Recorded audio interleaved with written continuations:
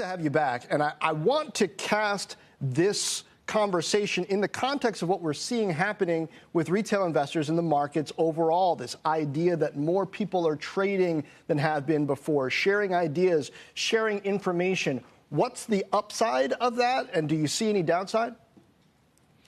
Well, when you think about the dissemination of information, I think that's very important. What's also important is the dissemination of good advice. I mean, you've kind of referred to that in some of the prior segments.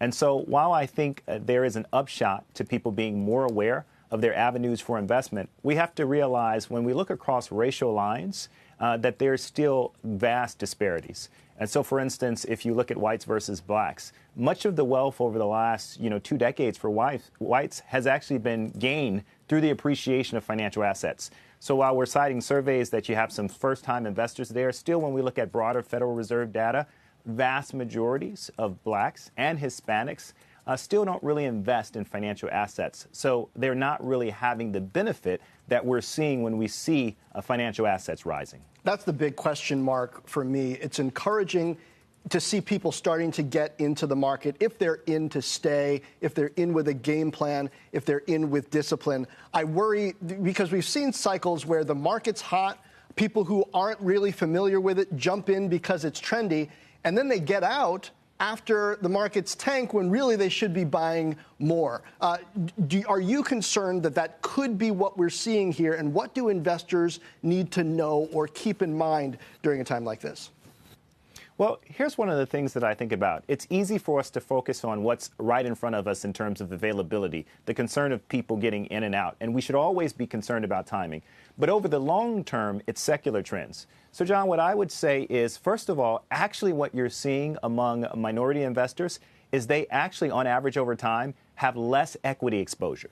And so there is a bias, for example, to have, quote unquote, more safer assets. Think like money market funds, savings bonds, and the like, versus, say, public equities or even private equities.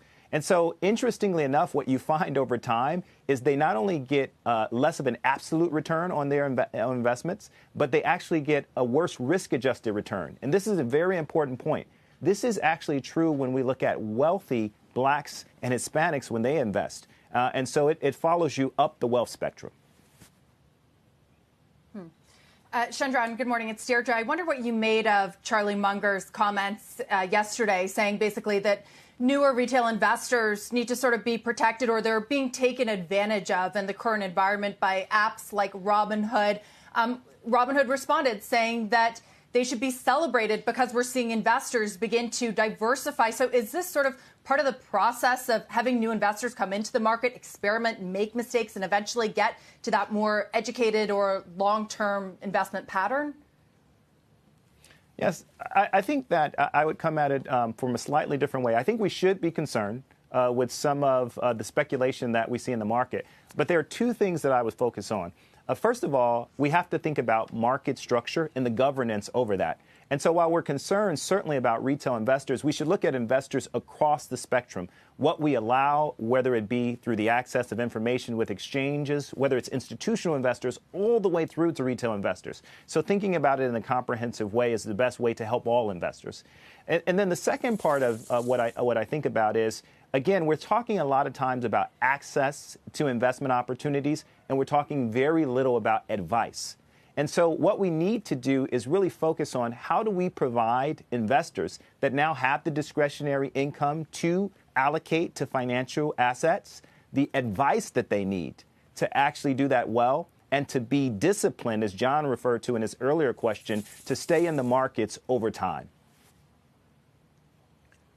Yeah, that's a difficult thing to build. Although historically, Shundrawn, I mean, post-war or even during war, government bonds were marketed as not just a way to help yourself, but to help the country at large. I just wonder what role you think the federal government will have to try to indoctrinate that sense of long-term investing over time.